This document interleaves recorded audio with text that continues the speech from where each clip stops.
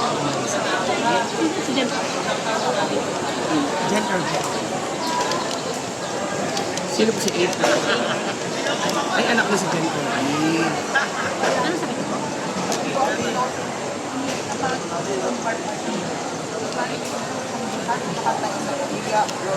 Ano po gagawin?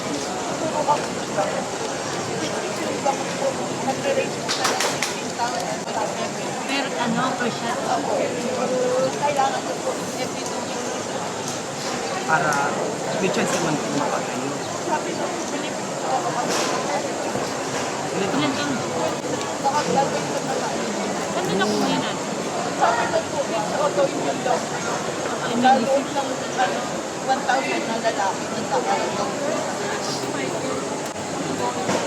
May 100 tapos pagpapalit ko si Jen or at kung matimimit ko si Jen or Phil Manzanito, taga 1221 Rosario Street, Pandacan, Manila. Bali po, ang case po ng anak ko is ankylosing spondylitis, which is natatamaan po, naapektuhan po ng inflammation yung lumbar part niya na nakakaapekto po sa pag-upo, paghiga, pagtayo, lalo sa paglalakad.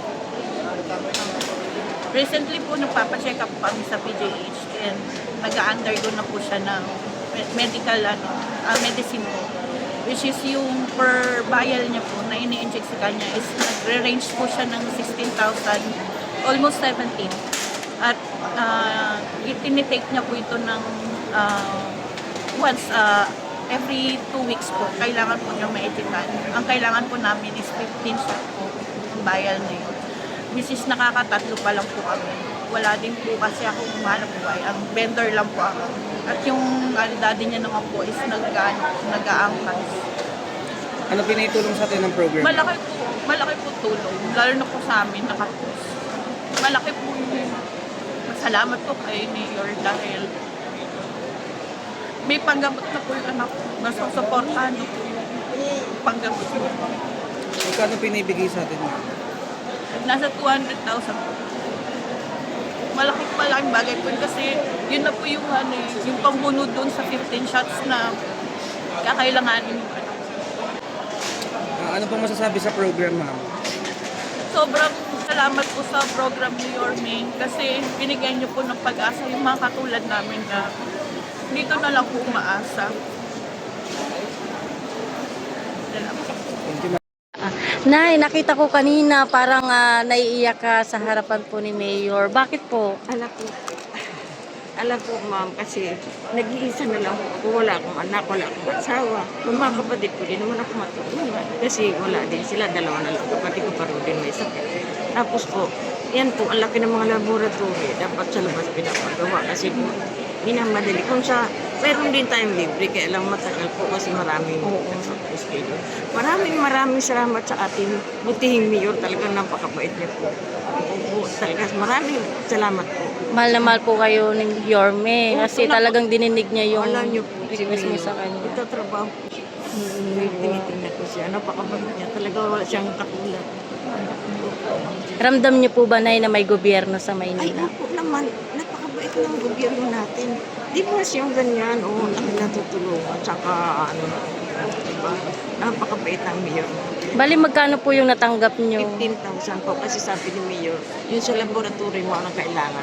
Sabi ko, 17,000. May nagpaano ako dun sa laboratory ko. Kaya ng Mayor, ayaw ko magsinungaling. Senior ako may discount. Kaya sabi ko, 14,000 na. Binaya niya akong 15. Napakabait ni Mayor. Binayaran niya yung aking laboratory. Ayun, oo. CT scan yun, ma'am. Dalawa.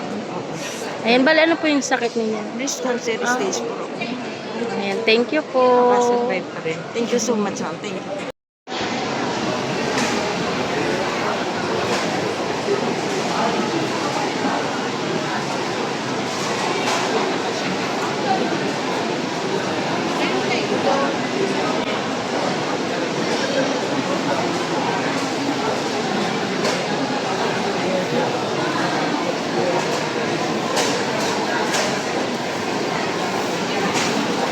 Ayan, pag inilapit po kay Ma'am Weng, ibig sabihin, may posibilidad na sinagot po ni Yorme lahat.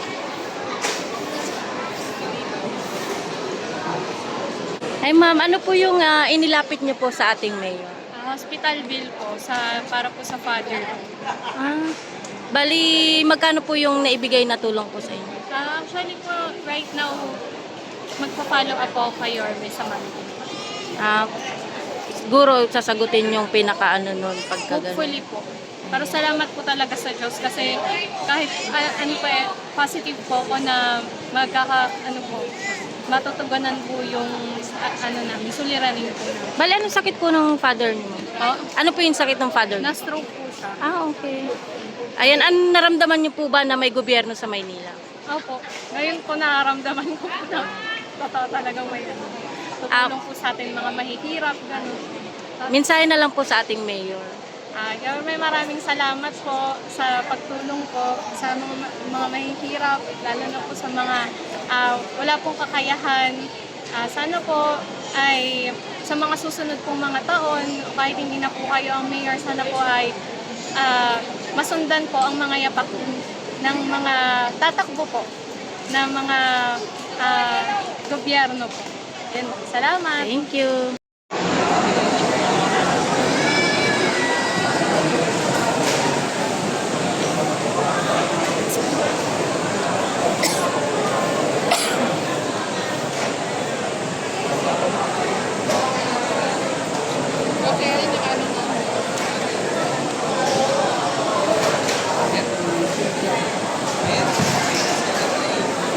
Name and address.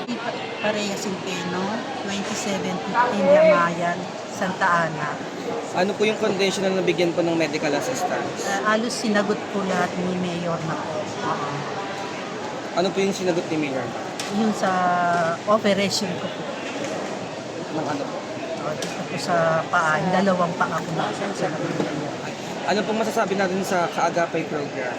Wala po akong masabi, napakalaking bagay po na itinulong po sa ating publiko. Ano pong message natin for the Mayor? Maraming salamat po kay Mayor Isko na napakalaking tulong po sa akin at sa atin lahat po dito sa Manila po. Any additional details from information na gusto nyo ikwento na na-experience po natin all throughout po na pag-usap natin ni Mayor? Hindi naman po ako nahirapan, madali lang naman yung pila, maraming nag-assist. Madali lang, pag may kondisyon ka, maraming nag-assist para yatit ka sa upuan. Hindi lang po masasabi. Ano pong masasabi sa usapan po ninyo ni Mayor?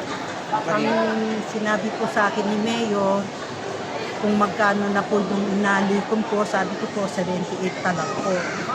O sige, yung sinagot na lang niya po. Pinapupunta na lang po ako ng CTO. Kaya maraming salamat. Naibigay po ng assistance, medical assistance, magkano po yung naibigay sa atin?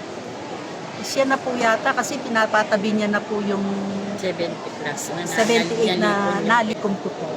Siya na po daw sasagot. Yun po yung sabi niya sa akin dito. Bali, magkano po yung total? Ang total ng operation ko ay 330. Ramdam niyo po ba na may gobyerno sa Maynila? Ay, oo po, napalaki po yung mayor po. Sa lahat po. Nagawa niya na po lahat ng paraan dito sa Maynila. Mga wala ko pong masabi. Kaya binilike po natin ulit siya. Kaya babalik na. Kaya binalik po natin. Kasi nung una pa lang nakita na yung nagawa, tapos malaking program na ginawa. Thank you, Nay. Thank you. Pagaling po kayo. Thank you.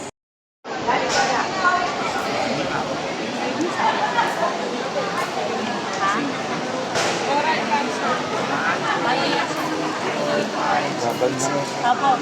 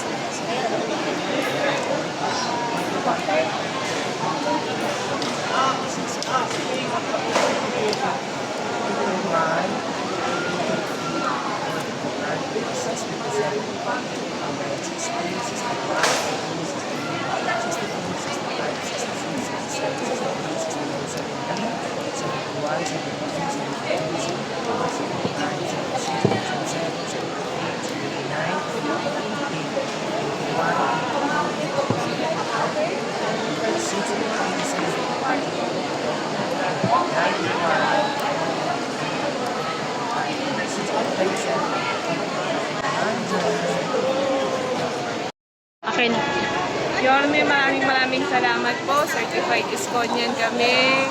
Salamat po sa tulong na 100,000 pesos. Malaking tulong po ito sa mga susunod pa po namin kakailanganin. God bless you po. Balik po ng marami ni Lord sa inyo. Maraming beses. Thank you. God bless po. Ma'am, ramdam niyo po ba na may gobyerno sa Maynila? Ay, yes po. Ibang-iba po ngayon. Kayo po yung bumaba. Kayo po yung nag-reach out sa mga mamamayan po ng Maynila. So, daman-dama po namin. Napakabilis ng proseso. Hindi kami pinahirapan. Napakabait ng lahat ng nag-a-assist po. So, God bless you all po. Si Lord na po bahalang magbalik sa inyo.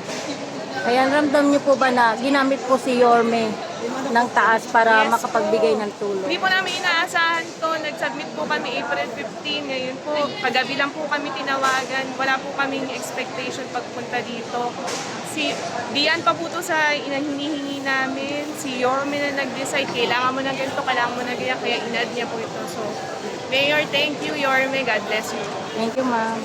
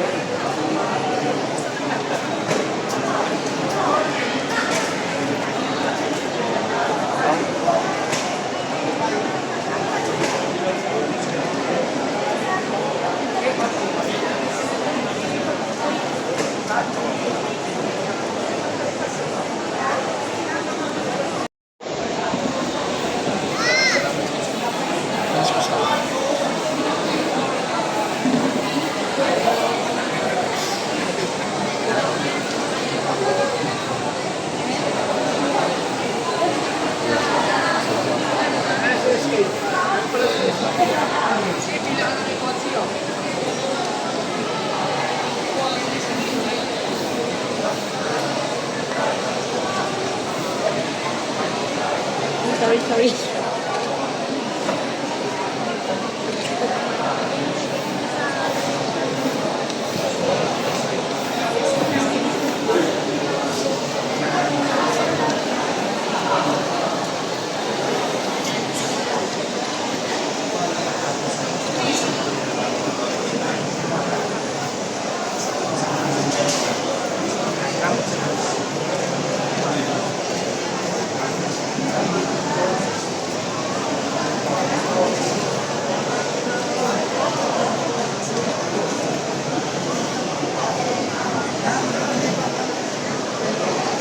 Mamaya na pag ganun to.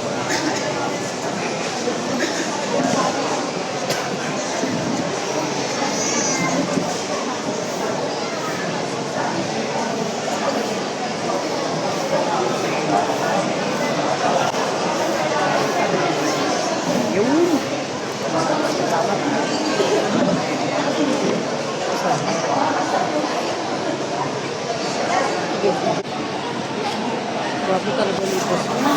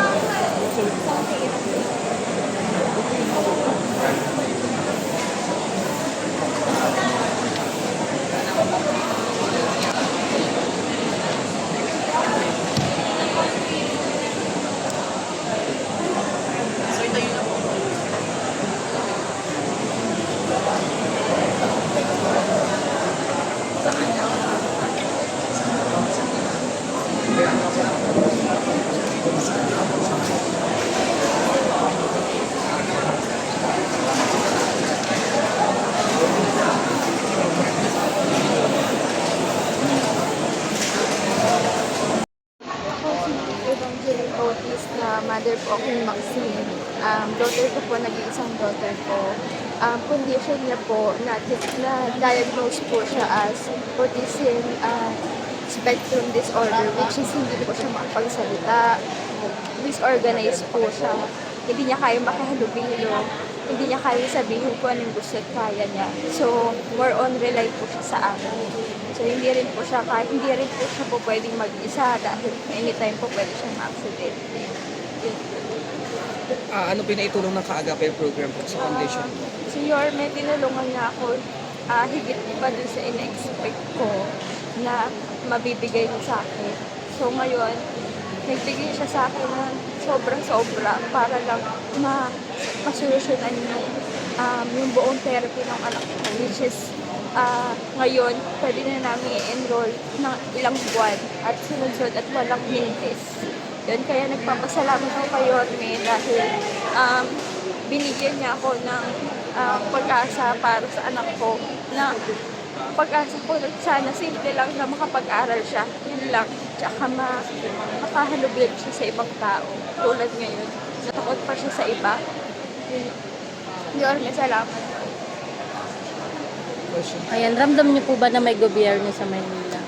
Oo, noon pa man, nung nawala si Yorme, alam namin na pag bumalik siya, mararamdaman namin, ever since naman po, mararamdaman namin yung presensya niya. Hindi naman po siya nagmintis kahit noon hanggang ngayon po. Ayan, bali magkano po yung naibigay ng tulong sa inyo ng lungsod ng Maynila? 150,000 po. Ayan, thank you po.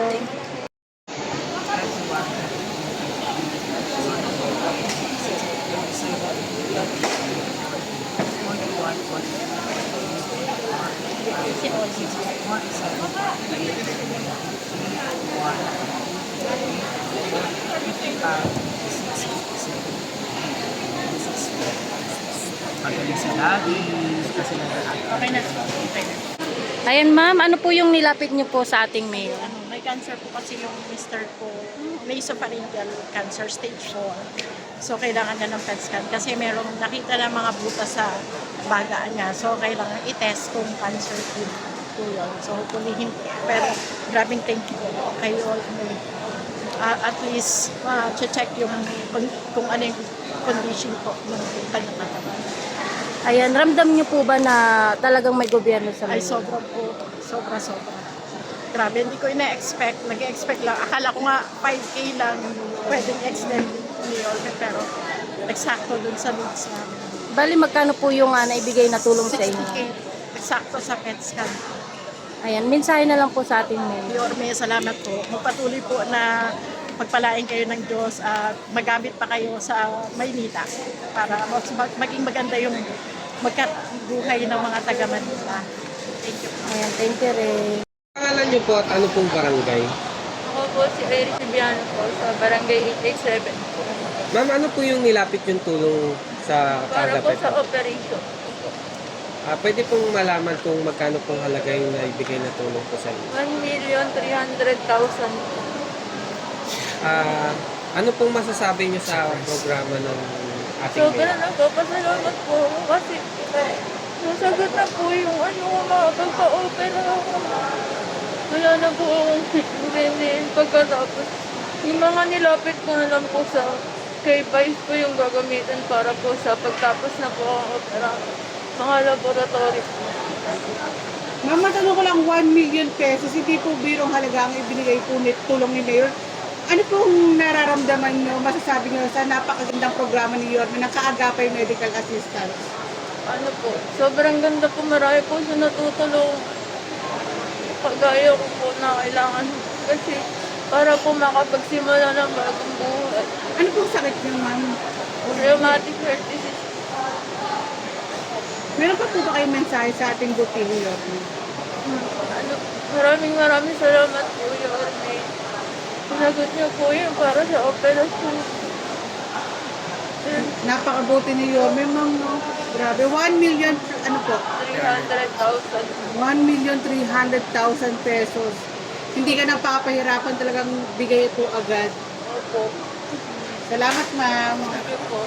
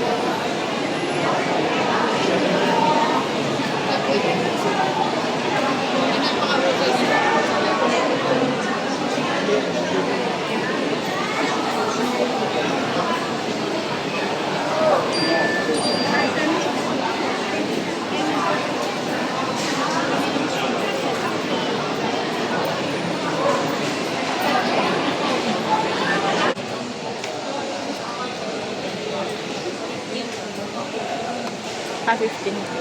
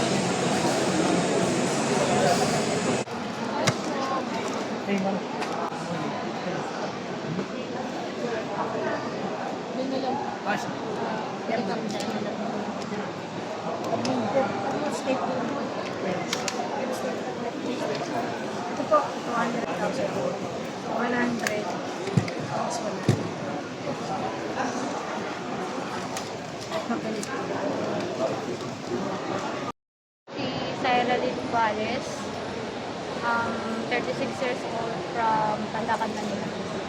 Okay. Ano po yung condition na nabigyan po ng medical assistance?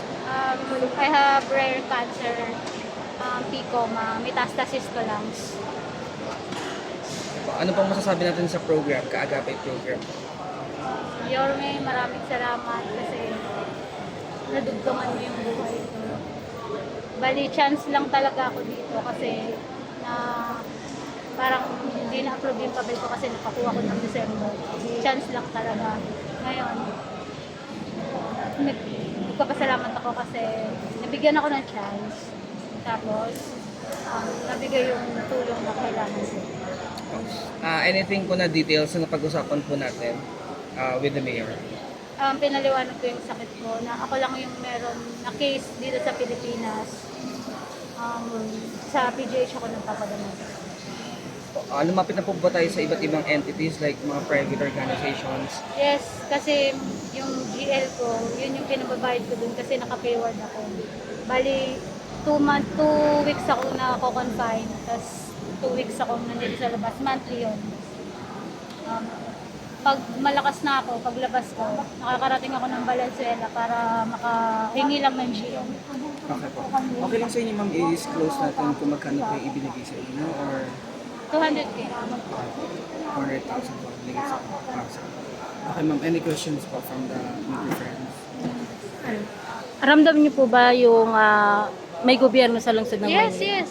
Yes, actually, talagang yung nakita ko yung amount na kailangan ko, si Yorme talaga yung unang pumasok sa isip ko. Expect niyo po ba na ganun kalaki pa matatanggap yung tulong na yun? Medyo. Kasi rare yung kaso. Ayun lang po. Thank you. Ayan, ang palakpakan sila kasi tapos na yung Kaagapay program sa wakas.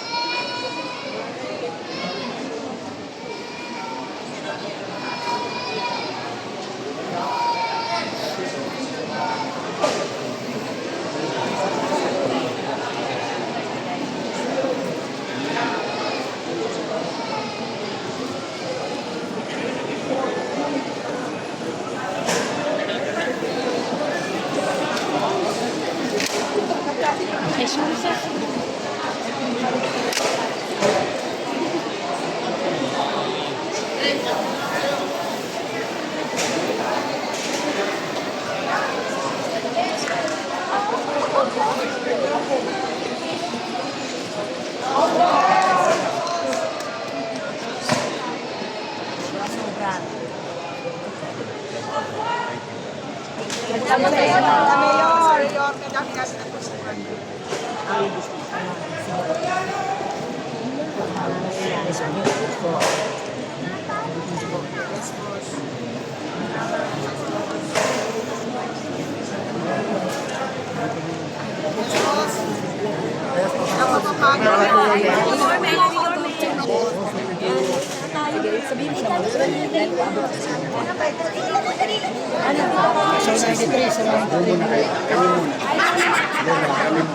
Yung mga nagtrabaho sa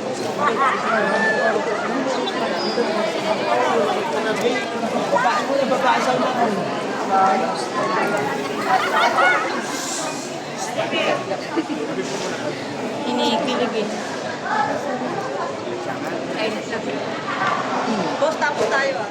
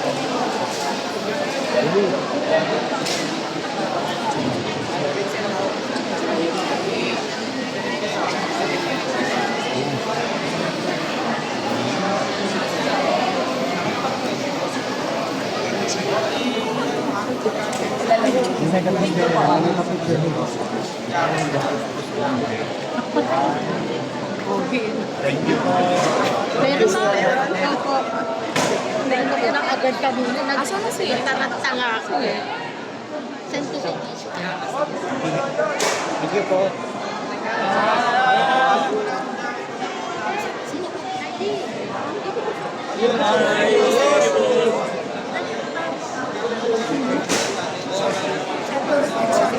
Kayo na.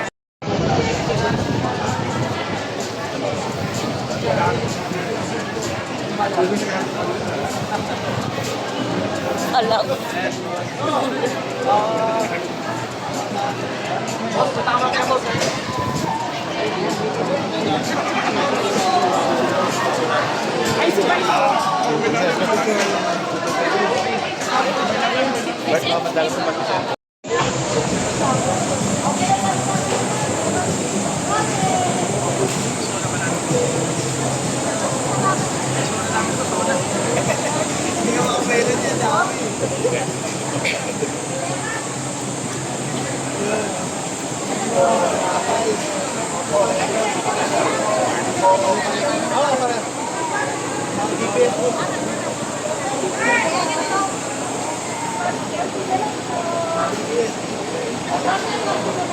Dalawa na lang.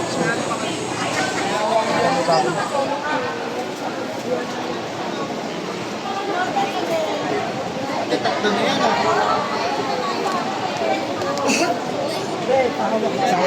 Kami na nasa dyan. Boss, na-picture, boss. Sabay-sabay na.